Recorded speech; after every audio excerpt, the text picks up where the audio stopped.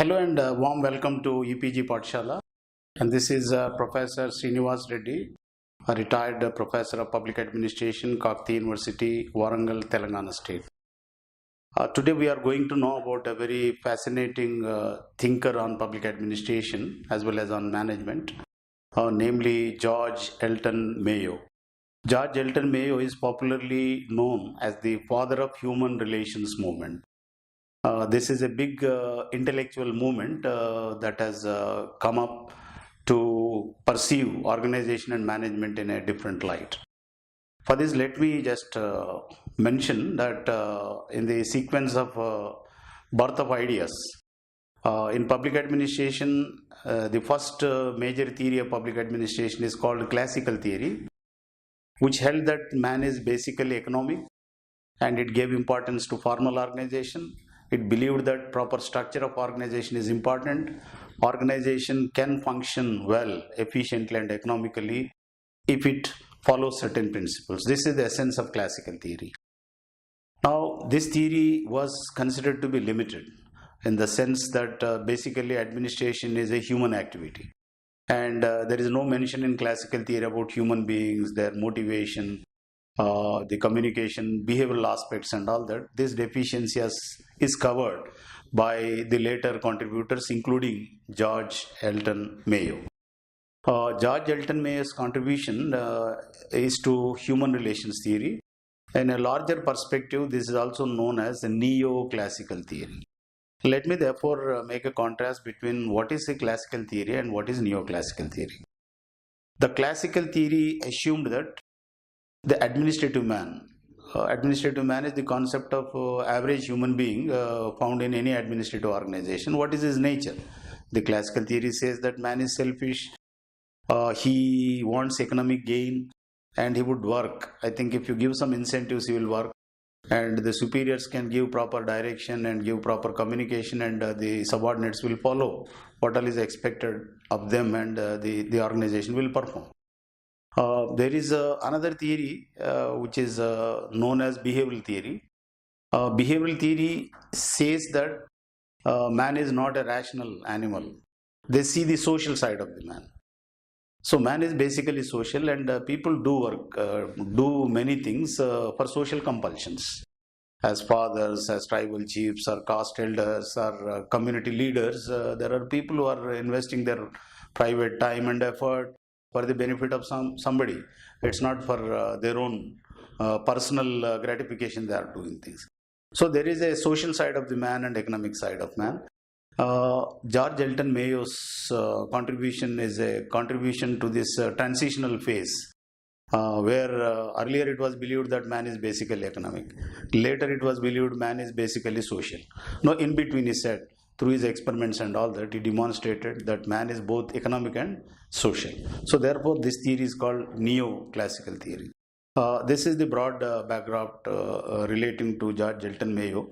We go to more detailed presentation of George Elton Mayo in terms of his brief biodata, his major works, and next his experiments, which have become world famous. I think in the history of industrial organizations, Hawthorne experiments were the biggest. At some point of time, it involved experiments relating to 20,000 people. I think it's a very big number. I think ever since then, perhaps no research study could cover so many individuals. Elton Mayo has made very significant contribution to Hawthorne experiments. So we study about that. And now we also see what are the major contributions of Mayo, his seminal ideas, and finally we come to some critical appraisal of George Elton Mayo. Coming to his biodata, Mayo was born in the year 1880 and died in the year 1949. He studied sociology and psychology. He was born in Austria. He worked as chairman of the Department of Philosophy at the University of Queensland in Australia. He also worked at the world-renowned Harvard University in USA, from where he came to conduct these Hawthorne experiments, which brought a lot of limelight to Elton Mayo. He has conducted a series of studies at the Hawthorne plant of the Western Electric Company. He is credited as the founder of the Human Relations School, also, as I mentioned, known as the Neoclassical School. His studies, of course, the Hawthorne experiments were long drawn out experiments, starting with fewer workers and snowballed into a study of 20,000 workers. This happened from the year 1924 to 1932.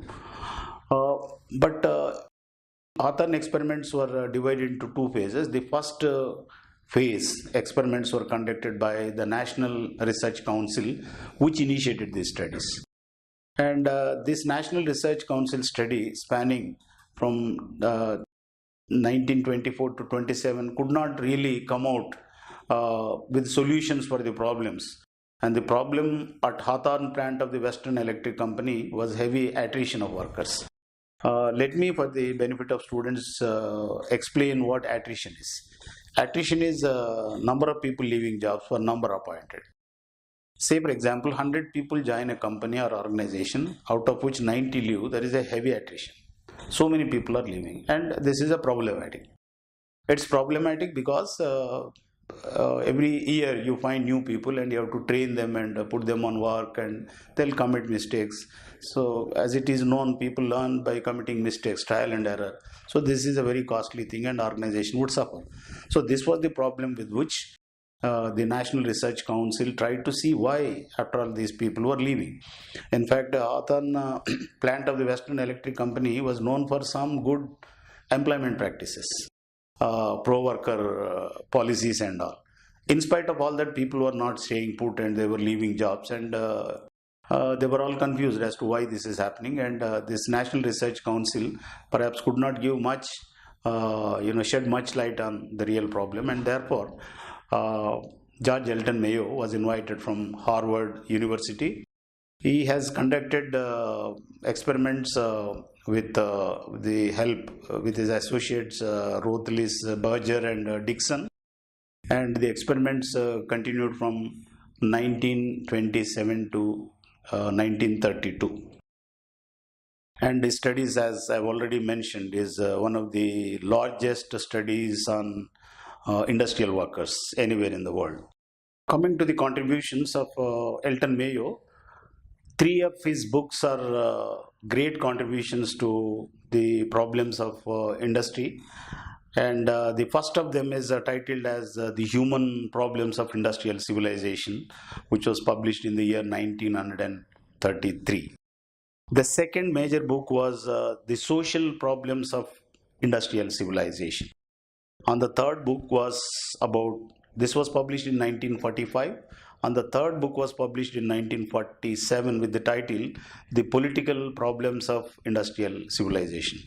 By taking a look at the very titles of these books, it's indicative that he has studied the industry from differing perspectives, from the human side, from the social side, from the political side, and not merely from the technical standpoint as it was done by the classical thinkers.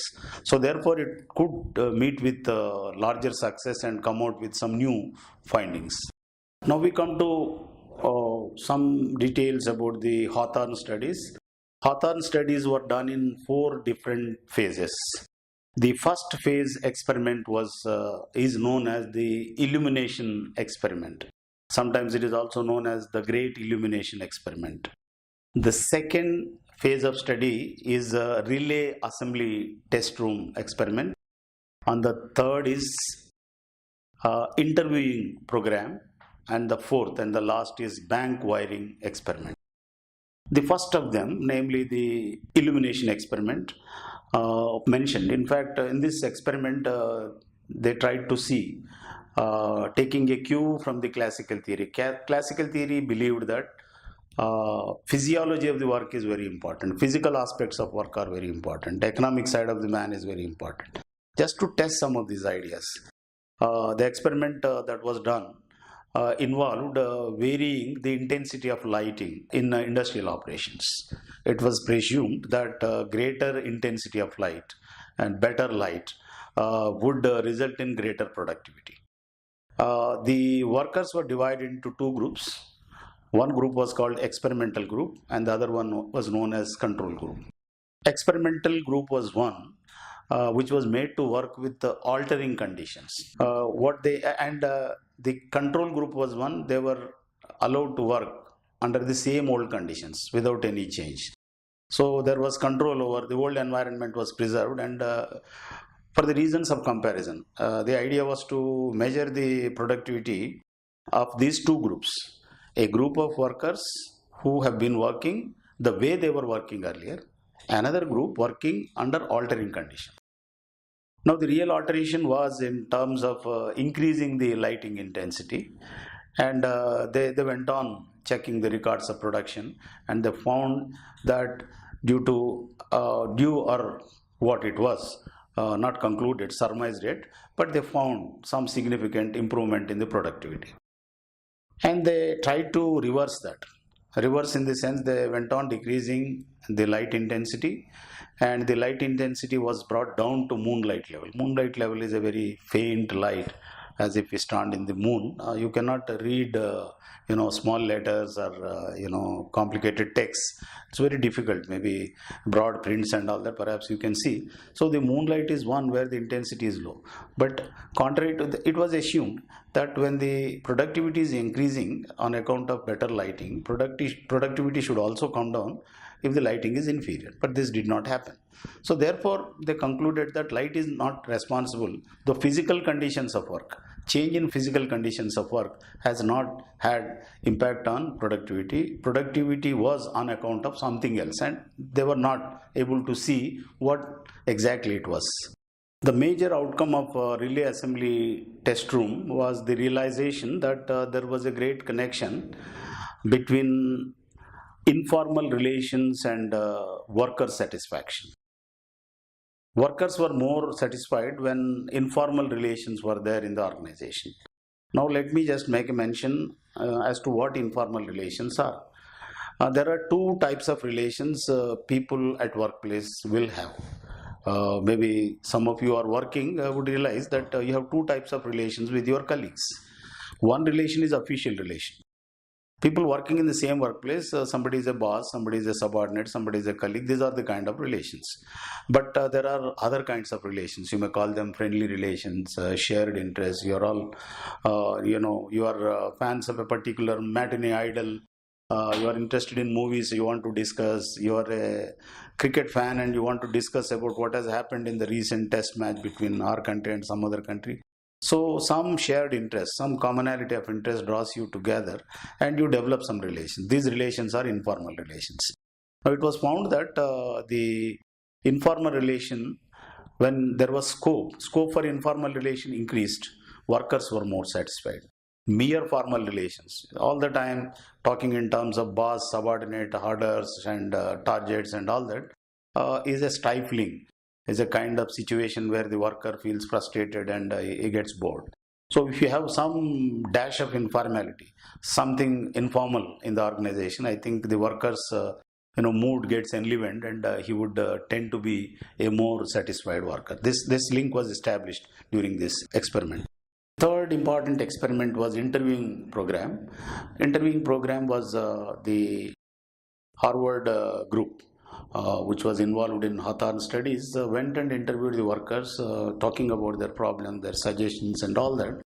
And they went on noting down the points made, suggestions made and all that. And nothing seriously was done to implement the suggestions given by workers. But in spite of that, the productivity increased. So the surmise or the conclusion that was arrived is that this is what is known as ventilation therapy. When you stop your windows, you feel suffocated. When you open the windows, you feel some fresh whiff of fresh air comes and you feel relaxed and happy. So the workers also felt similarly when they were heard. Somebody was listening to them. They felt lightened. They felt happy, and there was an impact on production. Productivity rose when they were heard. So this came to the, led to a pointer that if workers are heard, workers' feelings are heard, workers' opinions are taken, workers feel better and feel more involved. This is one more thing. We come to the last of these experiments, namely bank wiring experiment. Uh, it has proved that in an organization, workers, we generally expect employees to go by rules, regulations, orders, and targets. But the Hawthorne experiments proved that what officers, bosses are giving orders, these orders were not so much meeting with compliance as the group norms were meeting with. Now, in this particular experiment, incentive system was introduced. Earlier, workers were paid uniform rates of wages, but now they have introduced a new wage system wherein more the work, more the incentive. So workers went on competing and producing more and more. At some point of time, they all, they all peaked. The productivity went up and up and up, and at some point of time, it was neither going up or coming down. It was staying put. So it peaked or it stopped at some point of time. It was not coming down, and the researchers were curious as to know why. It was going up, going up. Why at some point of time it has stopped? It was neither coming down nor going up. So they discovered that some group norms were there. The workers had a discussion about amongst themselves that now this incentive experiment is good. Some of us are able to net more salary, get more salary. But how about some of the poorlings, maybe the poor workers, slow workers and all that? They're all, after all, our brethren, and maybe if fewer people are able to manufacture, produce all the required product, so then some of them will become surplus and they will be losing their jobs. They may be fired out of the company. So this thought made them that, we are all one. We are all co-workers, and let us think about our collective interest. Maybe that management may play the weak workers against the strong workers, and will be divided and will have a problem. So therefore they all decided that let us all produce up to this point only, and they developed some informal codes, and they would bring a group pressure to ensure that everybody performs more than earlier, but not more than that. And everybody does not madly compete with each other and keep on incessantly pushing up their productivity and all that. There will be some danger. Therefore, some group norms, like if somebody was working too fast, he was criticized and heckled as rate buster. So this guy is going to, break the rates, and we will get some less money. And somebody who was too slow was criticized as a chiseler. Chiseling is sculpting a sculpture, a stone sculpture. One has to be extremely careful to chisel out a nose, to get all the fine features of a nose. Maybe the shilpi or the sculptor has to spend endless time slowly, chipping off and then polishing and doing all that. So this kind of work, if somebody does, he was heckled as a chiseler. So all in all, what they were trying to do is that they were trying to bring everybody round to some group norms, and this was holding sway. So workers were following their own collective group norms rather than the orders of the superior. This was another point they found. Well, these are all the important phases of the Hawthorne studies. Now, as a result of Hawthorne studies, certain important revelations have come to the field of management and administration. One of them, as Elton Mayo has himself gave the slogan, the happy worker is the most productive worker. What it says is that if you make worker happy, he will end up being a very productive worker. So in the worker's happiness lies the happiness of the company. So he was making the proposition that the organization has to pay attention to making the worker happy, and in the happiness of the worker lies the happiness of the company. The second important point made by Hawthorne experiments and Elton Mayo's work is that the power of informal organization. Now, far too long we were thinking that formal organization, official relations are very important, but informal organization is inevitable. In every organization there are some friendly informal relations, and they are very powerful. And no management can ever forestall all the relations. And it is useful to allow them to flourish. And these informal relations are important because they give satisfaction to worker, and they drive the monotony from workplace, and they ensure creativity. The workers may turn out to be more creative if there is some informality, instead of all the time feeling jettisoned, working in the company of the boss, standing up every time the boss coming, and paying attention to the boss. You are not yourself. This alienates a person. So you'll be yourself when you have this informality, and that is brought out. And one more point brought out in conclusion to mention is the importance of norms. Now, it's not only the rules regulations that are important, norms are also important. Norms are the collective thinking, the collective ideas of people. And although it may not be there in a rule book, but these norms will be more followed, more implicitly followed by the employees than the rules framed by the organization. And finally, there is one more thing called Hawthorne effect. What it means is, Elton Mayo said that the human behavior is of two kinds. When somebody is noticed, somebody is observing what one is doing, one tends to be very cautious, and one's behavior is going to be something which is different when one is not watched. Now, if you are all alone, maybe this example would be that of a bathroom singing. I think the most people tend to be singers in the bathroom. No, they would be singing something, and the moment somebody overhears and says, "Oh, guy, you are singing some song," the fellow will stop. So he would not like to sing before others. So this is something private behavior. So in public you behave. I think maybe similarly, if you find some gold ornament on the road when others are watching you, you will pick it up and try to appear very honest and looking for the owner of the gold ornament. And if nobody is looking around and you are in absolute privacy, you are likely to pocket it and go off scot free, not to be seen by anybody. Quickly you disappear from the scene and all that. This kind of change in behavior.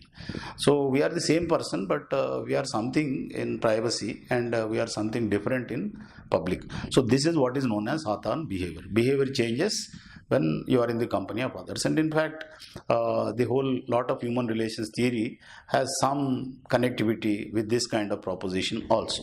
There are two important criticisms leveled against George Elton Mayo, and one of them is that he is credited as the father of industrial sociology. He has tried to tell us the social dynamics of an industrial organization.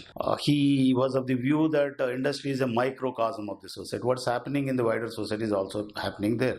The same relations. Maybe if you bring an example nearer home, I think when we work in the office, we tend to not to forget entirely about our caste background, our gender background, our class background, our regional background. I think somewhere we throw hints of this and act on the basis of these things. So these are all informal considerations, and therefore all these things are important to understand. And Elton Mayo has tried to pay attention to industrial sociology, and he is credited as the father of industrial sociology. A lot of contributions were made later, and the early lead was given by Elton Mayo to the subject or discipline of industrial sociology. Of course, one criticism that he perhaps is faulted is his sociology, this industrial sociology, that is the point I am trying to connect, is a kind of cow sociology. A cow sociology is a thing which assumes human being to be like a cow. I think all of us know cow is a domesticated animal. The bull is not a domesticated. The bull is more aggressive than cow. So cow sociology is that cow is a very sane animal, very innocent animal, and domesticated animal, and we all offer puja. I think in Hindu mythology it has a big place, and cow is a revered symbol. Similarly, this man has assumed everybody to be like a cow. Everybody is a sadhu and all that. Therefore, he said that to bring in industrial production, strict supervision may be needed. Maybe the bosses need to bulldoze the subordinates when they are not listening, they are not following the orders properly. So his interpretation of society as cow sociology, or everybody is soft and good and all that, is not entirely the portrayal of the reality of human nature. There are some people who are not like cows. They're different, and therefore he has not taken care of that. And he has also seen the human nature in a positive light. He believed human beings to be trustworthy and believable and all that. And this is another side. People say that all people are not dependable. all people are not reliable. There are some unreliable people, and all people will not be reliable all the time. Human nature also has a dynamic element. So these are some points of criticism. These points of criticism notwithstanding, George Elton Mayo is credited to be a major thinker who has made very significant contributions to both management theory and administration theory. And his most important contribution is to human relations, the importance of human relations, making employees happy, and understanding organizations from the social perspective, and the significance of group norms, and inescapability of group norms. These are some of the points on which he has educated the managers and the students of management and public admin. Therefore, he has an important place in the unfolding of ideas on management and administration, and by implication perhaps to public administration. One has to mention that his studies, perhaps this can also remain a point of criticism, his studies were done in the context of a private industry. The nature of workers in the context of a private industry, can we really generalize these two public organizations? So this is a arguable point. Maybe that there is something universal about human nature.